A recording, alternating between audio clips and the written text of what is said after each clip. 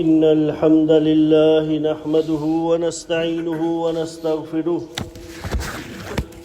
ونعوذ بالله من شرور أنفسنا ومن سيئات أعمالنا من يهده الله فلا مضل له ومن يضلل فلا هادي له وأشهد أن لا إله إلا الله وحده لا شريك له وأشهد أن محمدًا عبده ورسوله يا أيها الذين آمنوا اتقوا الله حق تقاته ولا تموتن إلا وأنتم مسلمون يا أيها الناس اتقوا ربكم الذي خلقكم من نفس واحدة وخلق منها زوجها وبث منهما رجالا كثيرا ونساء واتقوا الله الذي تساءلون به والأرحام إن الله كان عليكم رقيبا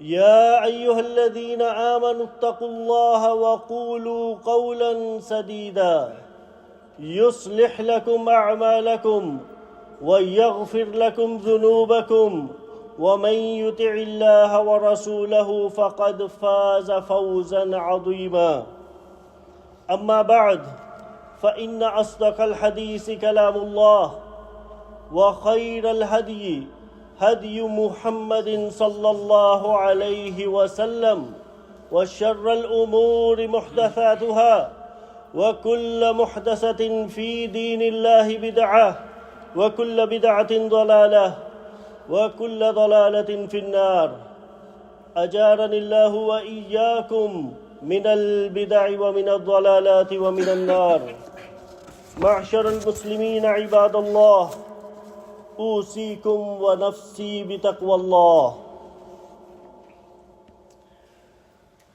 محترم حضرات، آج کے خطبہ جمعہ میں ہم بات کریں گے کہ انسان کس طرح دنیا کی دوڑ میں مشغول ہو کر روز آخرت کے بارے میں غفلت میں پڑا ہوا ہے، اور دنیا کی زندگی ایک کھیل تماشا ہے، اور دنیا کی زندگی میں کامیابی کے لیے دوڑ لگی ہوئی ہے، اور اس چیز کے مقابلے میں ہم دیکھیں گے کہ شکر اور قناعت کیسے حاصل کی جا سکتی ہے۔ دنیا کی دوڑ سے مراد حرص، لالچ، بے سکونی اور دنیاوی چیزوں میں مقابلہ بازی ہے، اور اس کے ساتھ ساتھ مزید سے مزید حاصل کرنے کی حرص ہے، جبکہ اس کے مقابلہ میں قناعت کی راہ، اللہ تعالیٰ پر توکل کرنا، شکر کرنا اور باقی رہنے والے اعمال کی فکر کرنا اور روز آخرت اللہ رب العزت کے سامنے پیش ہونے کی فکر کرنا ہے۔ قناعت کی راہ میں ہی سکون ہے۔ یہ جان لیجئے کہ جو کچھ انسان کے مقدر میں لکھا جا چکا ہے وہ اسے مل کر ہی رہے گا، اور اس کے لیے ہر انسان کوشش کرتا ہے، لیکن یاد رکھیں کہ اسی کوشش میں اور محنت میں قناعت کا دامن تھام کر رکھیں تاکہ آپ کو دلی سکون اور روز آخرت میں کامیابی حاصل ہو۔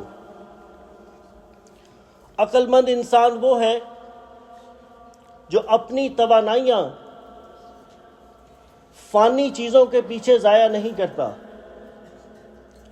بلکہ اس کا دھیان ان چیزوں کی طرف ہوتا ہے جو باقی رہنے والی ہیں۔ اور مومن بندے کی پہچان بھی یہی ہے کہ وہ فانی چیزوں کے سامنے نہیں مرتا پھرتا،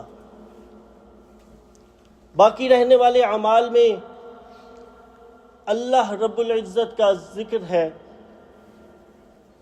نماز، تلاوت قرآن، دعا، توبہ و استغفار، اور دل میں سب سے بڑھ کر اللہ رب العزت اور اس کے رسول محمد صلی اللہ علیہ وسلم کی محبت ہے۔ اس کے ساتھ ساتھ جب ہم دنیا کے مقابلے میں روز آخرت کو ترجیح دیں گے تو انشاءاللہ سکون ملے گا۔ اللہ تعالیٰ نے مومن بندوں کے بارے میں فرمایا ہے، وَالَّذِينَ آمَنُوا أَشَدُّ حُبًّا لِلَّهِ، اور جو لوگ ایمان لائے وہ اللہ کی محبت میں زیادہ سخت ہوتے ہیں۔ اب یہ فیصلہ ہم نے کرنا ہے کہ ہم نے دنیاوی چیزوں کی محبت میں اپنے آپ کو کھپانا ہے یا اللہ رب العزت کی محبت حاصل کرنی ہے۔ ہوتا کیا ہے کہ دنیا کے جھنجٹ اور مقابلہ بازی میں ہم روز آخرت کو بھول جاتے ہیں۔ یقیناً دنیا کی زندگی ایک کھیل تماشا ہی ہے۔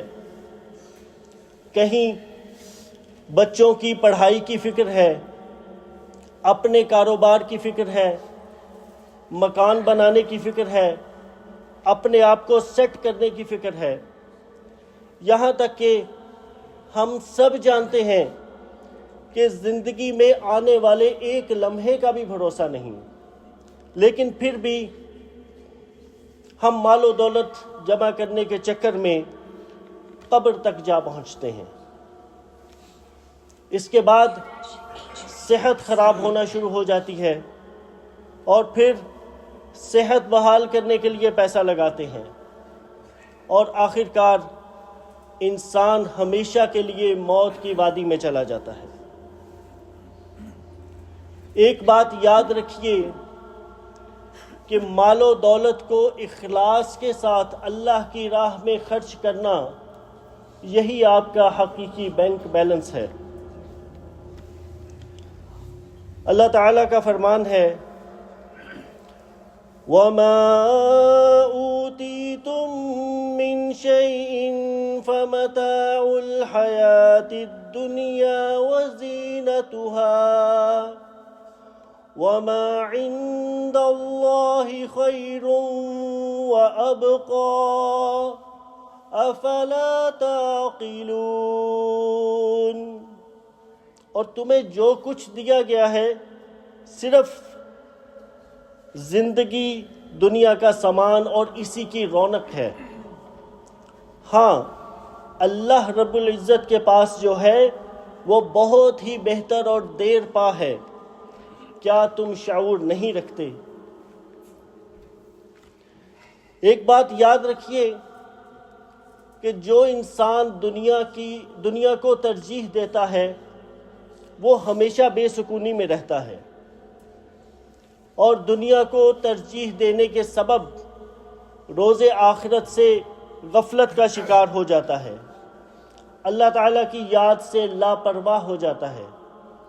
لیکن ان ساری چیزوں کا علاج بھی موجود ہے، اور وہ یہ ہے کہ نماز قائم کی جائے، آخرت کی تیاری کی جائے اور جنت کو پانے کی فکر کی جائے۔ قرآن کریم میں اللہ رب العزت کا ارشاد ہے، قَدْ أَفْلَحَ مَن تَزَكَّىٰ وَذَكَرَ اسْمَ رَبِّهِ فَصَلَّىٰ بَلْ تُؤْثِرُونَ الْحَيَاةَ الدُّنْيَا وَالْآخِرَةُ خَيْرٌ وَأَبْقَىٰ۔ بے شک اس نے فلاح پائی جو پاک ہو گیا اور جس نے اپنے رب کا نام یاد رکھا اور نماز پڑھتا رہا۔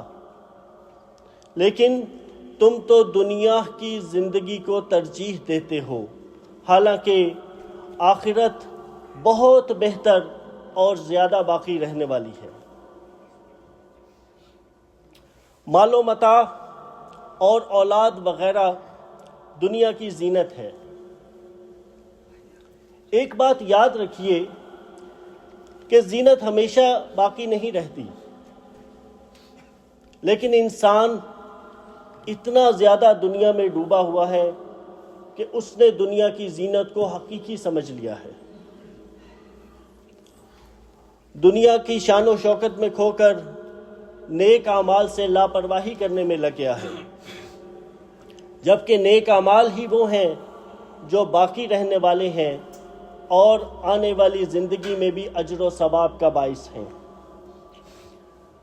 قرآن کریم میں اللہ رب العزت نے ارشاد فرمایا ہے، المال والبنون زینۃ الحیاۃ الدنیا والباقیات الصالحات خیر عند ربک ثوابا وخیر املا۔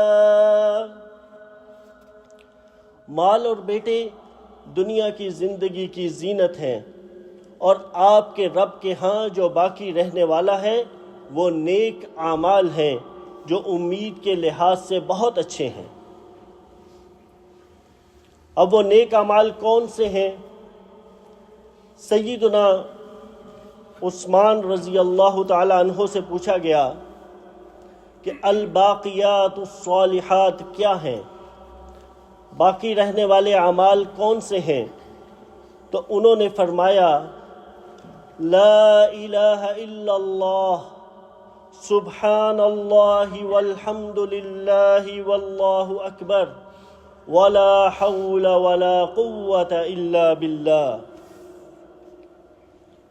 نبی کریم صلی اللہ علیہ وسلم کے فرامین کی روشنی میں ہمیں پتہ چلتا ہے کہ صدقہ جاریہ، دین کی تعلیم، دعا کرنے والی نیک اولاد اور جہاد فی سبیل اللہ سب باقیات الصالحات میں سے ہیں، جن کا ثواب مرنے کے بعد بھی جاری رہتا ہے۔ دنیا کی زندگی کی مثال ایک کھیتی کی مانند ہے۔ دنیا پرست لوگ مال اور اولاد زیادہ ہونے کو اپنی عزت اور فخر کا باعث سمجھتے ہیں، جبکہ دنیا کی زندگی کے زوال کو کھیتی باڑی سے تشبیہ دی گئی ہے کہ جیسے کسان بیج اپنے ہاتھوں سے بوتا ہے، پھر پانی لگاتا ہے اور فصل کے پک جانے پر بہت خوش ہوتا ہے، اس کے بعد اپنے ہی ہاتھ سے اسے کاٹ دیتا ہے۔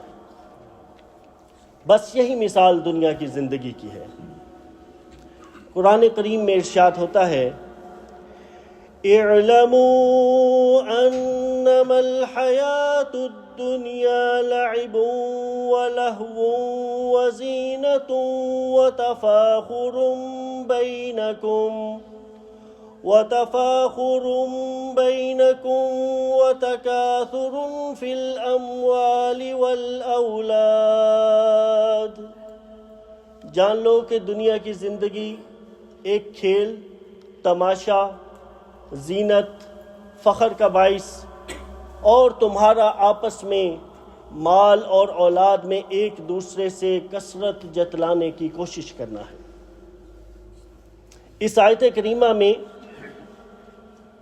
جو چیزیں بیان کی گئی ہیں وہ یہ ہے کہ سب سے پہلے آدمی کو کھیل چاہیے، پھر تماشا، پھر زینت، بناؤ سنگھار، پھر اپنی ساکھ کو بڑھانا، نام و نمود حاصل کرنا، اور جب مرنے کے قریب ہونا تو اپنے مال اور اولاد کی فکر کرنا کہ میرے بعد میرا گھر بنا رہے اور میری اولاد کو کوئی پریشانی نہ ہو۔ یاد رکھیے یہ سب دھوکے کا سامان ہے۔ سیدنا ابو ہریرہ رضی اللہ تعالی عنہ روایت کرتے ہیں کہ نبی کریم صلی اللہ علیہ وسلم نے ارشاد فرمایا کہ بوڑھے آدمی کا دل دو چیزوں میں ہمیشہ جوان رہتا ہے، ایک دنیا کی محبت اور دوسرا لمبی امیدیں۔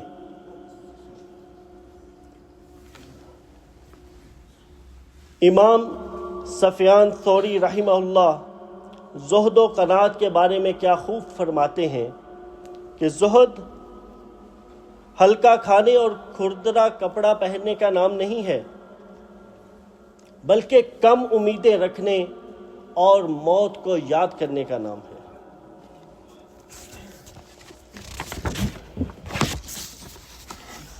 نبی کریم صلی اللہ علیہ وسلم نے کبھی بھی دنیا کے شان و شوکت کو ترجیح نہیں دی، اور اس سے بڑی اور دلیل کیا ہو سکتی ہے کہ یہ دنیا فانی ہے۔ ایک مرتبہ سیدنا عمر فاروق رضی اللہ تعالی عنہ نبی کریم صلی اللہ علیہ وسلم کے پاس تشریف لائے تو رسول اللہ صلی اللہ علیہ وسلم کھجور کی چھال سے بنی ہوئی چارپائی پر لیٹے ہوئے تھے، اور آپ کی کمر مبارک پر نشانات پڑ گئے۔ جب حضرت عمر فاروق رضی اللہ تعالی عنہ نے یہ نشانات دیکھے تو پکار اٹھے، کیا آپ سچے نبی اور رسول نہیں ہیں؟ قیصر و کسریٰ کے نرم و گداز بچھونے اور آپ اس حال میں ہیں؟ تو آپ صلی اللہ علیہ وسلم نے فرمایا، مجھے دنیا سے کیا مطلب؟ میری اور دنیا کی مثال ایسے ہے جیسے ایک سوار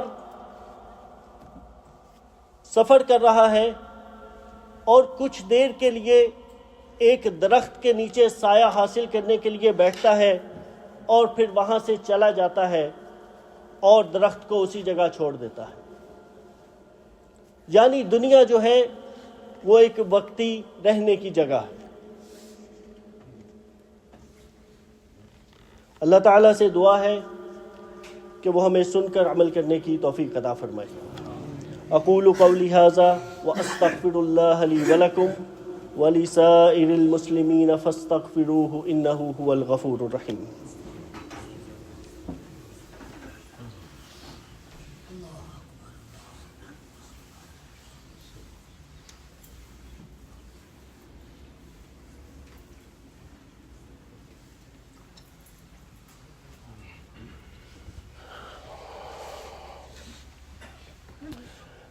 الحمد للہ حمدا کثیرا طیبا مبارکا فیہ کما يحب ربنا ویرضاہ واشہد ان لا الہ الا اللہ وحدہ لا شریک لہ واشہد ان محمدا عبدہ ورسولہ بلغ الرسالہ وعد الامانہ ونصح للامہ وجاہد فی اللہ حق جہادہ حتى آتاه اليقين من ربه وصلى الله على محمد وعلى آله وصحبه أجمعين وعلى التابعين ومن تبعهم بإحسان إلى يوم الدين۔ دنیا میں مقابلہ بازی صرف دو چیزوں میں کرنا جائز ہے۔ دنیا میں حسد یا رشک صرف دو لوگوں سے کیا جا سکتا ہے۔ ایک وہ انسان جسے اللہ تعالیٰ نے علم و عمل سے نوازا ہو، پھر وہ لوگوں کو اس کی تعلیم دیتا ہے، اور دوسرا وہ شخص جسے اللہ تعالیٰ نے بہت سا مال و متاع عطا کر رکھا ہے اور وہ اپنا مال اللہ کی راہ میں کھپاتا ہے۔ تو یہی وہ دو اشخاص ہیں جن پر رشک کیا جا سکتا ہے۔ باقی دنیا کی کوئی چیز رشک کے قابل نہیں، بلکہ مذمت کے لائق ہے۔ رسول اللہ صلی اللہ علیہ وسلم نے ارشاد فرمایا، رشک تو بس دو ہی آدمیوں پر ہے۔ ایک وہ شخص جسے اللہ تعالیٰ نے قرآن مجید کا علم دیا اور وہ دن رات اس کی تلاوت کرتا رہتا ہے، یہاں تک کہ اس کا پڑوسی سن کر کہتا ہے کہ کاش مجھے بھی اس جیسا قرآن کریم کا علم ہوتا اور میں بھی اسی طرح عمل کرتا۔ دوسرا شخص جسے اللہ تعالیٰ نے مال و دولت دیا اور وہ اسے راہ حق میں لٹاتا ہے، اسے دیکھ کر دوسرا شخص کہتا ہے کاش میرے پاس بھی اس جتنا مال ہوتا تو میں بھی اسی کی طرح اللہ کی راہ میں خرچ کرتا۔ سیدنا ابو عبیدہ بن جراح رضی اللہ تعالی عنہ بحرین سے کچھ مال لے کر آئے۔ انصار نے جب سیدنا ابو عبیدہ بن جراح رضی اللہ تعالی عنہ کے آنے کی خبر سنی تو سب صبح کی نماز میں رسول اللہ صلی اللہ علیہ وسلم کے پاس پہنچے۔ جب نماز پڑھنے کے بعد سب صحابہ بیٹھے، رسول اللہ صلی اللہ علیہ وسلم نے جب انہیں دیکھا تو مسکرا دیے۔ پھر آپ صلی اللہ علیہ وسلم نے فرمایا کہ میرا خیال ہے کہ تم لوگوں نے سن لیا ہے کہ ابو عبیدہ بحرین سے کچھ لے کر آئے ہیں۔ انہوں نے کہا، اللہ کے رسول صلی اللہ علیہ وسلم، آپ نے بالکل بجا فرمایا۔ آپ نے فرمایا، خوش ہو جاؤ اور اس کی امید رکھو جس سے تمہیں خوشی ہو۔ مجھے تم پر فقر کا خوف نہیں، بلکہ اس بات کا خوف ہے کہ دنیا تم پر کھول دی جائے جیسے تم سے پہلے لوگوں پر کھول دی گئی تھی، پھر تم اس میں مقابلہ کرو گے اور یہ تمہیں ہلاک کر دے گی جیسے انہیں ہلاک کر دیا تھا۔ ایک اور جگہ نبی کریم صلی اللہ علیہ وسلم نے ارشاد فرمایا کہ انسان کے امیر ہونے کے لیے یہ کافی نہیں کہ اس کے پاس مال بہت زیادہ ہے، بلکہ حقیقی امیر وہ ہے جو دل کا غنی ہے۔ ایک اور حدیث میں ارشاد فرمایا، کامیاب ہو گیا وہ شخص جو اسلام لایا اور اس کو اس کی ضرورت کے مطابق رزق دیا گیا اور اللہ نے اس پر قناعت عطا فرما دی۔ دین کے معاملے میں ہمیشہ ان لوگوں کو دیکھیں جو آپ سے اوپر کے مقام پر ہیں۔ اللہ تعالیٰ کا فرمان ہے، وَفِي ذَلِكَ فَلْيَتَنَافَسِ الْمُتَنَافِسُونَ، اور اسی جنت میں ایک دوسرے سے بڑھ کر رغبت رکھنے والوں کو مقابلہ کرنا چاہیے۔ اب ہم بات کرتے ہیں کہ شکر اور قناعت کے جذبے کو کیسے حاصل کیا جا سکتا ہے۔ اس دنیا کے ناپائیدار وعدوں میں ہم اپنی جان گھلا دیتے ہیں، انتظار کرتے ہیں، امید رکھتے ہیں، سرمایہ کاری کے ساتھ ساتھ وقت بھی لگاتے ہیں، مگر اللہ تعالیٰ کے سچے اور پائیدار وعدوں پر کتنا یقین رکھتے ہیں اور کتنی تیاری کرتے ہیں۔ اللہ تعالیٰ نے 2 مرتبہ فرمایا ہے۔ ایک جگہ ارشاد فرمایا، وَمَنْ أَصْدَقُ مِنَ اللَّهِ قِيلًا، اور کون ہے جو اپنی بات میں اللہ سے زیادہ سچا ہو۔ دوسرے مقام پر فرمایا، وَمَنْ أَصْدَقُ مِنَ اللَّهِ حَدِيثًا، اور اللہ سے بڑھ کر کون زیادہ سچی بات کرنے والا ہے۔ ایک بات یاد رکھیے کہ اللہ تعالیٰ نے کائنات کی جو تقسیم کی ہے، اس میں بعض کو بعض پر فضیلت دی ہے، اس میں کوئی شک نہیں۔ کسی کو مال و دولت زیادہ دیا ہے، کسی کو حسن و جمال زیادہ دیا ہے، کسی کو منصب یا حکومت عطا فرمائی ہے، اور کسی کو طاقت اور قوت زیادہ دی ہے، اور اسی طرح بعض کو علم اور تقوی زیادہ دیا ہے۔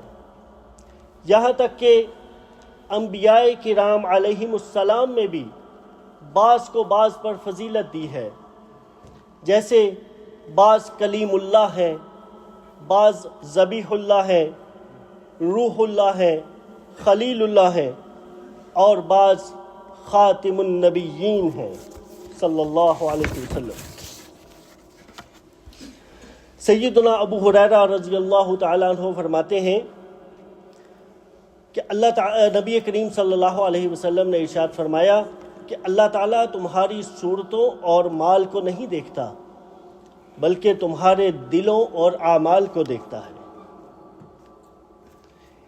ایک اور حدیث میں نبی کریم صلی اللہ علیہ وسلم ارشاد فرماتے ہیں، اس کی طرف دیکھو جو مال و جمال میں تم سے کمتر ہو، اس کی طرف مت دیکھو جو تم سے فائق ہو، یہ لائق تر ہے اس کے کہ تم اللہ کی نعمت کو حقیر نہ سمجھو گے جو تم پر کی گئی ہے۔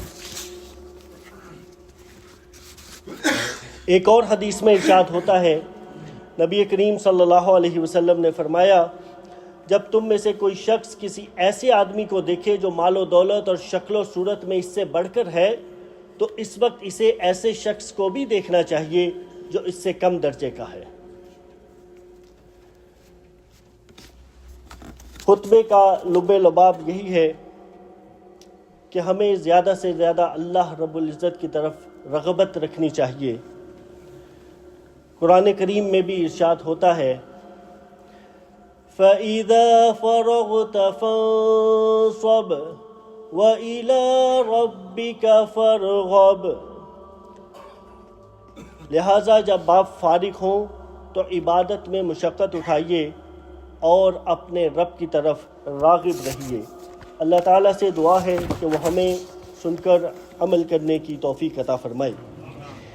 ان اللہ وملائکتہ یصلون علی النبی یا ایہا الذین آمنوا صلوا علیہ وسلموا تسلیما، اللہم صل علی محمد وعلی آل محمد كما صليت على إبراهيم وعلى آل إبراهيم إنك حميد مجيد، اللهم بارك على محمد وعلى آل محمد كما باركت على إبراهيم وعلى آل إبراهيم إنك حميد مجيد، اللهم انصر الإسلام والمسلمين وأذل الكفر والمشركين، اللهم رد المسلمين إليك ردا جميلا، اللهم رد المسلمين إليك ردا جميلا، اللهم لا تدع لنا ذنبا إلا غفرته ولا هما إلا فرجته ولا دينا إلا قضيته ولا مريضا إلا شفيته ولا عيبا إلا سترته ولا حاجة إلا قضيتها يا رب العالمين، ربنا آتنا في الدنيا حسنة وفي الآخرة حسنة وقنا عذاب النار، ربنا لا تزغ قلوبنا بعد إذ هديتنا وهب لنا من لدنك رحمة إنك أنت الوهاب، ربنا هب لنا من أزواجنا وذرياتنا قرة أعين واجعلنا للمتقين إماما، ربنا تقبل منا إنك أنت السميع العليم وتب علينا إنك أنت التواب الرحيم۔ عباد الله، إن الله يأمر بالعدل والإحسان وإيتاء ذي القربى وينهى عن الفحشاء والمنكر والبغي يعظكم لعلكم تذكرون، سبحان ربك رب العزة عما يصفون وسلام على المرسلين والحمد لله رب العالمين۔